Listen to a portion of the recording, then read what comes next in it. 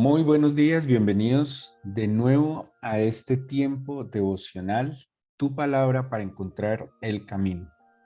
Hoy es miércoles 10 de noviembre del 2021 y les invito a continuar con la lectura de la Biblia diaria. Hoy corresponde leer la carta de Pablo a Tito en el capítulo 2, el libro de Isaías capítulos 55 y 56 y Salmos 126.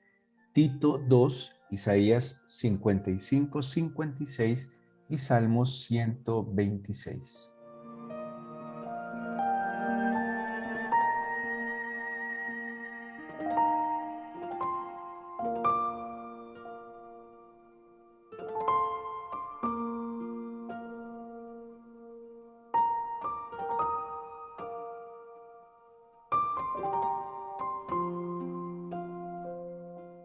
Quiero invitarlos a que vamos al libro de Isaías. Si usted ha tenido la oportunidad de seguir la lectura con continuidad, con juicio, habrá notado que el libro de Isaías, sobre todo a partir del capítulo 40, tiene muchísimos elementos, anuncios que, que los vemos en el Nuevo Testamento. Uno de los escritores que más pues, se le nota el estudio y la influencia del libro de Isaías en su escrito es Lucas, el evangelista.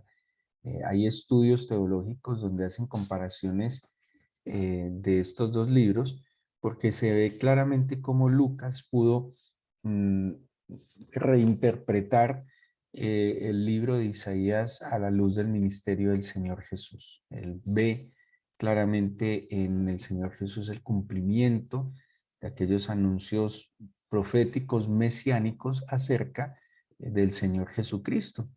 Y es un libro que sin duda alguna en la manera en que lo vamos leyendo tiene muchísima esperanza y la razón es que pues se fundamenta en la venida del Señor Jesús, en el anhelo de una era mesiánica, en el anhelo de la manifestación del Salvador, del Hijo de Dios, del Emanuel, del Dios con nosotros. Y por eso la lectura de Isaías, aunque no deja de tener ese matiz que tienen los profetas, donde hay advertencia, donde hay exhortación, donde hay amonestación, pues también sin duda alguna tiene un tono extraordinario de esperanza, de amor, de la posibilidad de que independientemente de la situación o circunstancias que hayan rodeado al creyente, pues hay esperanza al volver al Señor. El capítulo 56 particularmente es un capítulo que ha sido muy importante en mi vida de fe, que lo miro con mucho aprecio porque me identifico claramente en lo que Dios, en lo que soy. Yo personalmente soy ajeno en el sentido que soy extranjero respecto al pueblo de Israel y creo que cada uno de nosotros nacimos, hablando de manera natural, ajenos a un pacto que Dios hizo con el pueblo de Israel, pero que gracias a nuestro Señor Jesucristo nosotros pudimos ingresar a un pacto renovado y siendo, como lo dice Pablo a los romanos, siendo un olivo silvestre, nosotros fuimos injertados al olivo puro, ¿sí? Siendo una rama seca, también que así lo describe Isaías y Jeremías también, nosotros hemos sido injertados a la sábila, al árbol vivo que nos ha dado vida. Y este capítulo 56 nos habla de dos tipos de personas, precisamente. Nos habla de los eunucos y de los extranjeros. Tanto el eunuco como el extranjero son dos personas que tienen una condición contraria a lo que la mayoría del pueblo podría tener. Estoy hablando respecto al pueblo de Israel. Un eunuco era un hombre castrado, ya fuera que había nacido eunuco, eso está planteado en la Biblia, hombres que hubieran nacido sin la posibilidad de engendrar, pero también había eunucos que accidentalmente habían perdido su capacidad de reproducirse, pero también había eunucos que de acuerdo a las funciones como cuidar las princesas, como cuidar las doncellas, pues eran castrados. Entonces había de nuevo como tres tipos de eunucos: aquellos que nacían por cualquier problema congénito, aquellos que accidentalmente perdían su capacidad de engendrar y aquellos que seguramente eran esclavos, pues los castraban para que pudieran cuidar a las doncellas. Y el otro grupo de personas que habla Isaías 56 son los extranjeros, ¿sí? Extranjeros advenedizos que nacen aparte, que no son del pueblo. Y pues algunos de ustedes seguramente han tenido la experiencia de ser extranjeros y vivir en lugares que no les pertenecen, que tienen muchísimas dificultades. A veces un extranjero experimenta rechazo, soledad, distanciamiento por el idioma, por su cultura, por sus creencias, incluso por algunas características físicas, ¿sí? Algunas personas extranjeras, al no tener parecido físico, tener diferencias físicas con los nativos, podría experimentar de alguna manera un tipo de rechazo y soledad. Son dos condiciones adversas que hace que las personas experimenten alguna soledad, dificultad, como otras muchas condiciones, pero Isaías 56 nos habla de estas dos condiciones. Pero empecemos con el versículo 1. Así dijo el Jehová del Señor. Ahí empieza como un tema nuevo, los que vienen con la lectura. Dice, así dijo el Señor, y habla en términos generales. Guarden derecho, hagan justicia. ¿Por qué? Porque cercana está mi salvación para venir y mi justicia para manifestarse. Guardar. Ahí utilizan la palabra hebrea shomer, shamerú, que es la misma palabra que se utiliza cuando se refiere a Dios como aquel que vela por nosotros, el guardián. O sea que cuando habla de guardar, es algo que se vigila, y el que guarda no duerme, no se adormece, está atento, está pendiente. ¿Qué está diciendo aquí la Biblia?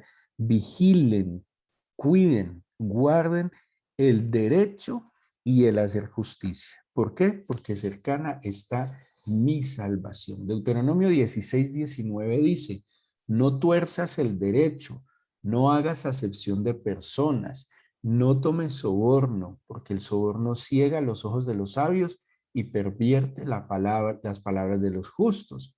Dice también Deuteronomio 24:17 respecto al derecho, no torcerás el derecho del extranjero ni del huérfano, ni tomarás en prenda la ropa de la viuda. ¿Sí? Cuando está hablando entonces de guardar el derecho, tiene que ver con una vida de equidad, de justicia. Y aquí hay unas características que da el libro de Deuteronomio 16:19 y 24:17. Pero dice además de guardar derecho que hagamos justicia. Dice Romanos 4:3 al 5. ¿Qué dice la escritura? Creyó Abraham a Dios y le fue contado por justicia, pero al que obra no se le cuenta el salario como gracia, sino como deuda. Mas el que no obra, sino que cree en aquel que justifica al impío, su fe le es contada por justicia. Hacer justicia no es simplemente, bueno, yo guardo el derecho, pero cuando yo hago justicia, lo que me está diciendo Pablo acá es una vida de fe. Cuando yo confío en el Señor, cuando yo descanso en el Señor, pues obviamente la fe me lleva a mí a obedecer. Y un hombre y una mujer obedientes a la voz del Señor, un hombre y una mujer que han sido redimidos y que han sido justificados por el Señor, por su fe, dice, esa fe le es contada por justicia. Pero dice el versículo 2 entonces que es bienaventurado el hombre que hace esto. ¿Que hace qué? Que guarda el derecho y que hace justicia. Y que además es bienaventurado quien lo hace, pero también quien lo guarda, quien lo abraza, dice el versículo 2, y que guarda el día de reposo para no profanarlo y que guarda su mano de hacer todo mal. Entonces aquí está hablando como en términos generales del pueblo. O sea, ¿qué debe hacer el pueblo? Los hombres y las mujeres del pueblo de Israel. Dice, guarden derecho, hagan justicia, está cercana la salvación. Bienaventurados, dichosos, felices los que hacen esto, los que abrazan y guardan el día de reposo para no profanarlo y que guardan su mano de hacer todo mal. ¿Sí? Esto le está hablando al pueblo en general. Pero aquí en el versículo 3 dice, y el extranjero.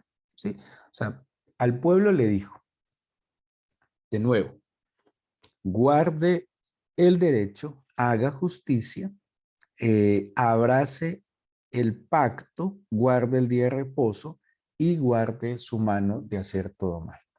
Pero como en medio de ellos había extranjeros, dice, y al extranjero. O sea, alguien que aparentemente era ajeno, alguien que aparentemente era extraño, alguien que aparentemente no le cubría o no le cobijaba el beneficio ni la responsabilidad ni los deberes del pacto. Pero aquí el Señor está invitando al extranjero a abrazar este pacto. Pero si está invitando al extranjero a abrazar este pacto, también le está prometiendo los beneficios de abrazar este pacto. El extranjero, entonces, de nuevo, es aquel ajeno, extraño, lejano, apartado, que aparentemente no tendría por qué beneficiarse de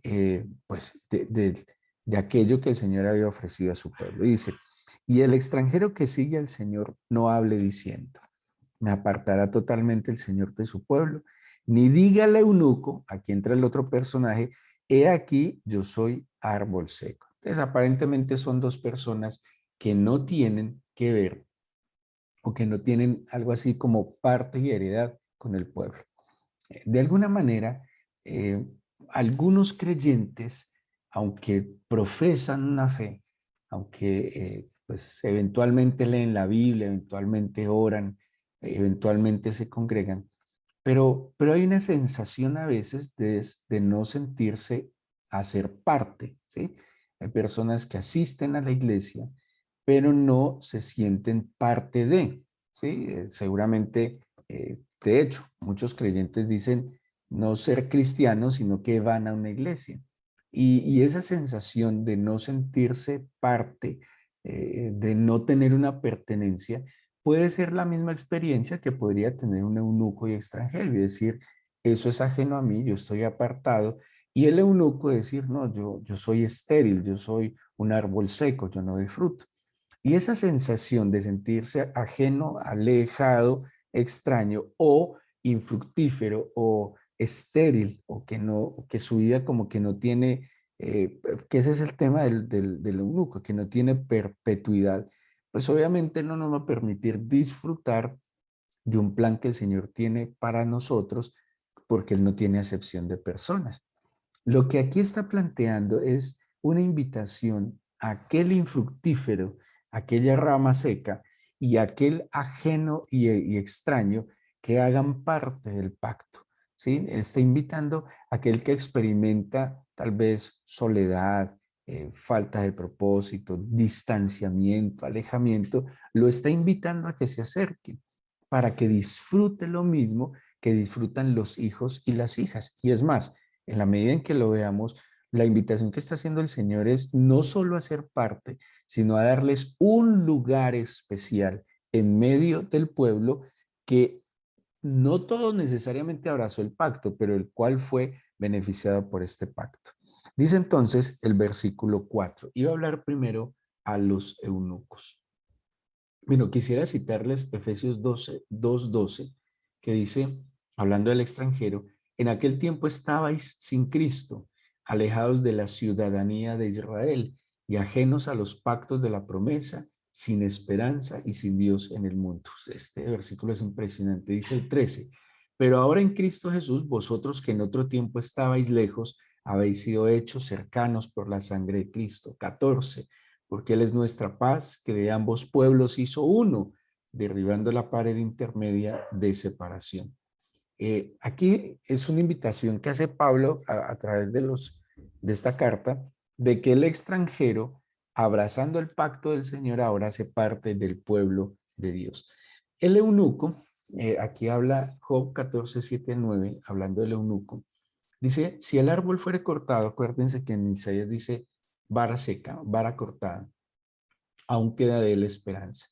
Retoñará aún y sus renuevos no faltarán. Si se envejeciera en la tierra su raíz y su tronco fuera muerto en el polvo, al percibir el agua reverdecerá y hará copa como planta. Esto está en Job 14, 7 al 9.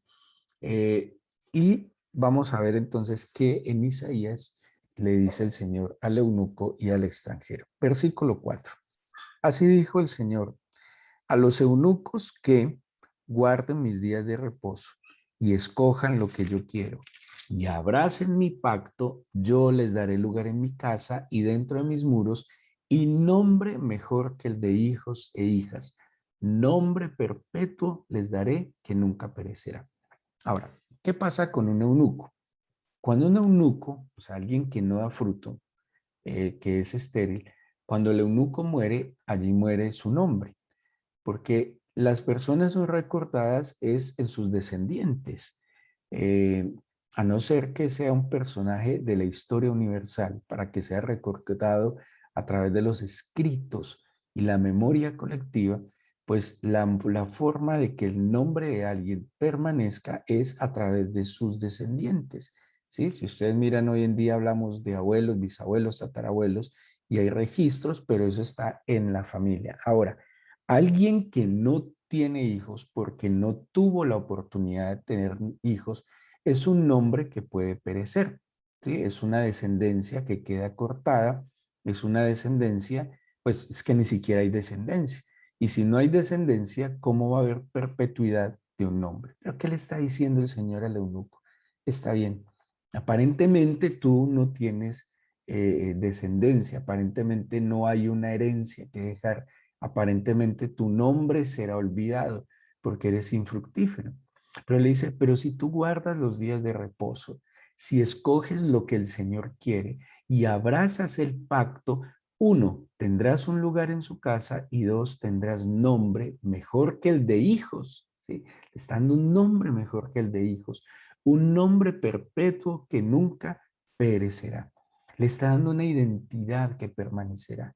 Y qué bendición de poder tener un nombre perpetuo a pesar de que las condiciones de la vida no estaban para que de él se tuviera memoria. Basado en este versículo, a propósito, en Jerusalén hay un museo muy impactante que se llama Yad Vashem, que es el Museo del Holocausto. Y partiendo de este versículo, en el Museo Yad Vashem de Jerusalén, que hace memoria al holocausto nazi, se han registrado los nombres de las personas que salvaron a algún judío en medio del momento más difícil de su historia. Allí están personas sí muy reconocidas y famosas y recordadas hoy día, como Oskar Schilder, alemán, que salvó aproximadamente 1000 judíos del holocausto nazi. Y así hay personas, Irina Schender, que fue una enfermera que salvó niños, bueno, muchos nombres que están allí registrados, y allá en ese museo para recordarlos utilizan este versículo. ¿Cuál? Un nombre, un lugar en la casa del Señor y un nombre que será recordado. La promesa del Señor, ¿de quiénes?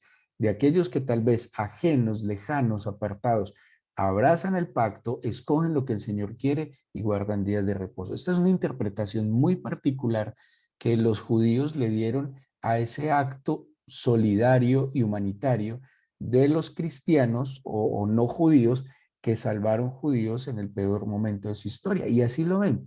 Estas personas ajenas abrazaron el pacto, guardaron lo que el Señor quiere al salvar seres humanos. Porque acuérdense que en esa época, en el planteamiento de los alemanes nazis, era que los judíos no eran ni siquiera seres humanos. Ellos los valoraron, ellos arriesgaron sus vidas y ellos salvaron vidas, y por eso tuvieron un nombre en la casa, un lugar en la casa del Señor y un nombre mejor que el de hijos. ¿Por qué? Porque se adhirieron a un pacto, porque se adhirieron. O sea, es que yo me puedo quedar excusándome en que yo no puedo, pobrecito de mí, en que soy estéril, en que soy infructífero, en que a mí no me salen las cosas, en que yo no veo resultados en mi vida, en que yo no doy fruto en el Señor. Yo me puedo quedar lamentándome. O puedo, como está diciendo Isaías 56, a pesar de que soy un árbol seco, bueno, voy a escoger lo que Dios quiere. Voy a guardar el reposo en el Señor, voy a abrazar el pacto del Señor. Y si yo lo hago, a pesar de que aparentemente yo no puedo dar frutos y mi nombre va a perecer, el Señor me está prometiendo que permanecerá y un lugar en su casa. Así que de alguna manera yo no me puedo excusar más en la condición que me rodea o que tengo para disfrutar la bendición que Dios tiene para mí. Aquí hay dos personas que sus condiciones son contrarias y no son favorables para experimentar la bendición, pero el Señor dice, si ustedes hacen esto, su condición no va a ser impedimento para que disfruten la bendición del Señor. Versículo 6 le habla a los extranjeros. Les dice, y a los hijos de los extranjeros, aquellos ajenos, apartados, lejanos, que abracen, perdón, que sigan al Señor para servirle, que amen el nombre del Señor para ser sus siervos, a todos los que guarden el día de reposo para no profanarlo y abracen mi pacto. Entonces aquí están las condiciones del extranjero. Si sigues al Señor para servirle, si amas su nombre para ser sus siervos y si guardas el día de reposo, esas son las condiciones. ¿Cuál es la bendición? A pesar de la situación en la que vive el extranjero, los llevaré a mi santo monte, los recrearé en mi casa de oración, sus holocaustos y sus sacrificios serán aceptos sobre mi altar, porque mi casa será llamada casa de oración para todos los pueblos. Yo cuando leí por primera vez este versículo, experimenté un llamado muy especial del Señor. Uno, yo era hijo de extranjero. Dos, había empezado a seguir al Señor para servirle, pero además había experimentado amor por su nombre para ser sus siervos. Y yo le dije al Señor, o sea que tú me vas a permitir ir a tu santo monte y ser recreado en tu casa y además aceptarás mis ofrendas y mis holocaustos y mis sacrificios delante de tu altar. O sea, tú me vas a permitir disfrutar de la casa de oración como has denominado tú, bueno, tu santo templo en Jerusalén. Aquí entonces el extranjero, vuelvo y digo, lejano, ¿qué le está diciendo? Lo voy a acercar, lo voy a hacer parte de mi pueblo, lo voy a recrear como si fuera parte de mi pueblo y voy a aceptar de su mano su gratitud, su expresión de gratitud y de amor. Y dice el versículo 8, dice el Señor, el que reúne a los dispersos de Israel, aún juntaré sobre él a sus congregados. Y dejémoslo ahí porque ya vienen otras advertencias que el tiempo no nos alcanza a verlas. Pero, pero ¿qué me quedo yo con este Isaías 56? Pues que el Señor sí me da la oportunidad de poder ser parte del pueblo que Él quiso bendecir. Y como leímos en Efesios que dice Pablo, de dos pueblos hacer uno, de dos pueblos diferentes, ajenos, extraños, distantes, por abrazar el pacto, por guardar, dice, los días de reposo, por escoger lo que el Señor quiere, por seguirlo para servirle, por amar su nombre para ser sus siervos, pues el Señor nos permite ser parte del pueblo. Y que las bendiciones que el Señor planteó para esta nación, pues son bendiciones que el Señor también plantea para nosotros. Pero hay unas condiciones, es como un proceso de nacionalización. Me imagino que los que han viajado a otros países y ahora son ciudadanos de esos países, tuvieron que pasar un proceso para, pues para poder ser ciudadanos, me imagino, no sé, primero una visa de turismo, seguramente luego una residencia, hasta poder pasar a una ciudadanía. Algo así es lo que está planteando Isaías 56. Eres extranjero y eres una rama seca, entonces este es un proceso que puedes llevar para que seas recibas nombre perpetuo, tengas un lugar y seas beneficiado por las bendiciones que están para aquellos que fueron escogidos para este pacto. Y en Cristo Jesús, y esa es la gran bendición, como lo dijo Pablo a los Efesios, nosotros ya no somos extraños, extranjeros, ajenos, apartados, sino que somos parte del pueblo. Pero ¿cuál es la invitación? Guardemos lo que el Señor tiene para nosotros, escojamos lo que Él quiere, abracemos el pacto, sirvámosle al Señor y con toda certeza pídale no le digo reclámele porque a mí me da mucho temor. Yo escucho muchas personas que dicen, reclámele a Dios sus promesas. Perdóneme, personalmente me da temor porque me parece irreverente pretender reclamarle algo al Señor. Yo más bien con humildad le pido que conforme a sus palabras yo vea en mi vida esa respuesta y que conforme a sus palabras, si yo le sirvo, si yo lo sigo para servirle, si yo amo su nombre para ser sus siervos y si yo abrazo su pacto y guardo y escojo lo que él quiere, pues yo le puedo pedir humildemente que me permita ser llevado a su santo monte, ser recreado en su casa de oración y que él acepte las ofrendas de gratitud de mi mano y que me dé nombre perpetuo, no nombre perpetuo para mi vana gloria, sino nombre perpetuo para que el nombre del Señor sea exaltado y glorificado en mi vida.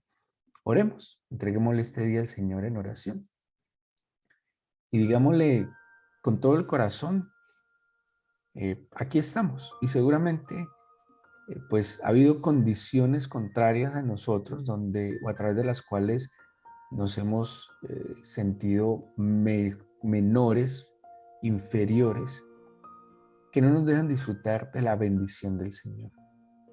Como tanto hemos escuchado, la bendición no es una condición, es una relación. Seguramente algunos hemos experimentado ser árboles secos, sin fruto, estériles, inertes, y creemos que las bendiciones del Señor tal vez son para otros. No podemos disfrutar de esa promesa que dice Juan 10:10 de la vida abundante. Y la vida abundante no son cosas. Las cosas se las da el dinero, las cosas se las da una herencia. Hasta los malos negocios torcidos les dan las cosas. Eso no hay que pedírselo al Señor. Esa no es la abundancia que habla la Biblia. La abundancia que habla la Biblia es la abundancia de su espíritu, que viene acompañado con inteligencia, sabiduría, capacidades, el fruto del espíritu. La abundancia es estar llenos en el corazón de amor, de comprensión, de paciencia, de esperanza. La abundancia del Señor es la que tiene para aquellos que abrazan su pacto y que deciden creer y que en esa convicción esperar en las promesas del Señor. Nuestras condiciones sí pueden cambiar cuando mejora nuestra relación con el Señor. Pero no nos podemos seguir excusando en las condiciones. Así que dígale al Señor, preséntele su vida. Y no importa lo que esté pasando ahora. Dígale, quiero abrazar tu pacto. Quiero hacer lo recto, hacer justicia, apartar mi mano de las cosas malas. Quiero guardar el derecho, Señor. Quiero poder, Padre mío, escoger lo que tú quieres, guardar en ti el reposo. Quiero, Padre eterno, poder amar tu nombre para ser tu siervo, seguirte para servirte. Anhelo tu presencia. Anhelo poder ofrecerte y expresarte mi gratitud. Anhelo, Señor, disfrutar de tu bendición. Tu bendición enriquece y nunca añade tristeza con ella. Tu bendición sana, limpia, libera y restaura. Por eso, amado, aquí está mi corazón, mi vida delante de ti. Yo quiero ser parte activa de tu pueblo. No quiero ser simplemente un profesante. Quiero ser, Señor, un hombre, una mujer de fe, que tiene pertenencia a ti, a tu cuerpo, Señor, a la iglesia. Quiero saberme ser parte activa del cuerpo orgánico de Jesucristo, la iglesia. Y no simplemente ser un asistente, incluso eventual, sino que mi vida, donde quiera que esté, manifieste, Señor, tus características. Yo te pido, Padre, que extiendas tu mano de bendición y que ese nombre perpetuo que tú nos das, como lo dice la Biblia, sea tu nombre en nosotros, porque no hay otro nombre dado a los hombres en quien haya salvación. Y que no sea mi propio nombre el que recibe mis padres, sino tu nombre en mí, el que sea perpetuado, Señor. Que tu nombre en mí sea glorificado. Y te pido, Padre eterno, que nos dejes y nos ayudes a disfrutar de lo que has puesto delante de nosotros. Yo te alabo, te bendigo y te exalto por querernos enseñar tus palabras. Pero sobre todo te pido que tus palabras se queden guardadas en nuestro corazón. Ayúdanos a ser hacedores de tu palabra, no solo oidores. Convéncenos en nuestro corazón. Padre, bendícenos en este día, guíanos, llévanos de tu mano, apártanos del mal camino, no nos dejes caer en ninguna tentación. Líbranos del mal y te agradecemos desde ahora el pan que pones delante de nuestra mesa. Gracias porque sin merecerlo, con abundancia y generosidad nos bendices. Te bendecimos a ti y te agradecemos el que escuches nuestra oración en el nombre de Jesús. Amén.